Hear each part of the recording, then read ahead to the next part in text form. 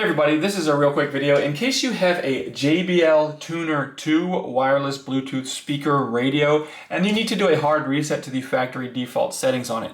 You're going to want to do this reset for one of two reasons. The first one is troubleshooting. If this speaker is not connecting to Bluetooth or if it's not syncing or pairing with your phone or other device, a factory reset can fix a lot of those issues. Now if you can't get it fixed or you decide you just want to buy a new speaker, I'll go ahead and put a link in the description to a good speaker at a great price that I actually have and like.